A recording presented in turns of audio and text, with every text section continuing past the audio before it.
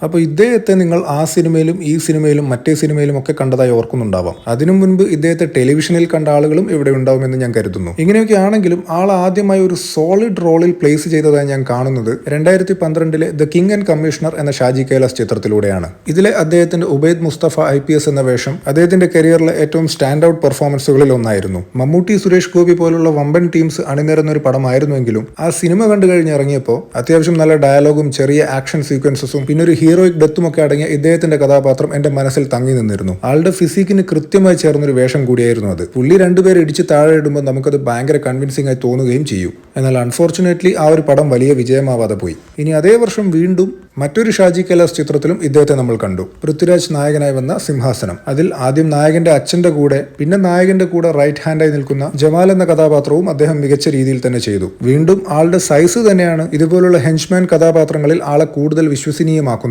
But unfortunately ആ ഒരു സിനിമയും വിജയം കണ്ടില്ല. ഞാൻ വീഡിയോയുടെ തുടക്കത്തിൽ പറഞ്ഞ പോലെ ഇദ്ദേഹം ധാരാളം സിനിമകളിൽ ഉണ്ടെങ്കിലും മേൽപ്പറഞ്ഞ രണ്ടുമല്ലാതെ ഇദ്ദേഹത്തിൻ്റെതായി പെട്ടെന്ന് ഓർക്കുമ്പോൾ മനസ്സിലേക്ക് വരുന്നൊരു കഥാപാത്രം നമ്മുടെ ഇന്ത്യൻ റുപ്പി എന്ന സിനിമയിലെ രായൻ ആൻഡ് ജോയ് അസോസിയേറ്റിലെ ജോയ് എന്ന കഥാപാത്രം. ആ പടത്തിൽ ഒരു സീനിൽ നായകനായ ജയപ്രകാശിനെ 4 വശത്തു നിന്നും വരിഞ്ഞു മുറുക്കി എതിരാളികൾ എല്ലാവരും ചുറ്റും നിൽക്കുമ്പോൾ ഇദ്ദേഹത്തിന്റെ വക ഒരു ഡയലോഗ് ഉണ്ട്, കോളടിച്ചലോടാ ജയപ്രകാശ് എന്ന്. ആ ഒരു ഡയലോഗിലെ തരം താഴ്ത്തൽ സ്ക്രീനിന് ഇപ്പുറത്തിരിക്കുന്ന നമുക്കും ഫീൽ ചെയ്യും. പക്ഷെ അതിനൊരു മാസ് മറുപടി നമ്മുടെ അണ്ണം കൊടുക്കുന്നുണ്ട്. എനിവേസ്, ഇത്രയുമാണ് ഞാൻ ഇദ്ദേഹത്തിൻ്റെതായി ഓർത്തിരിക്കുന്ന 3 കഥാപാത്രങ്ങൾ. ഇതല്ലാതെ നിങ്ങൾ ഓർത്തിരിക്കുന്ന വേറെയും കഥാപാത്രങ്ങൾ ഉണ്ടെങ്കിൽ അത് കമന്റ് ചെയ്യുക. അഭിനേതാവിന്റെ പേര് ബിജു പപ്പൻ.